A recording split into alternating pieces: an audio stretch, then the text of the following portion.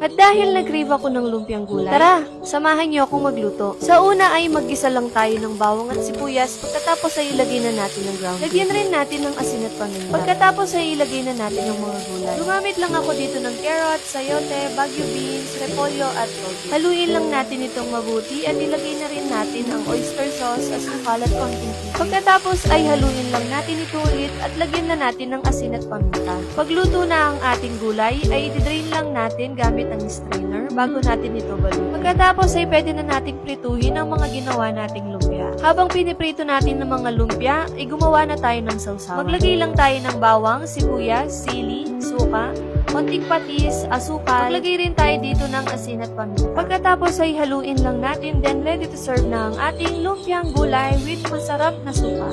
Kain po tayo!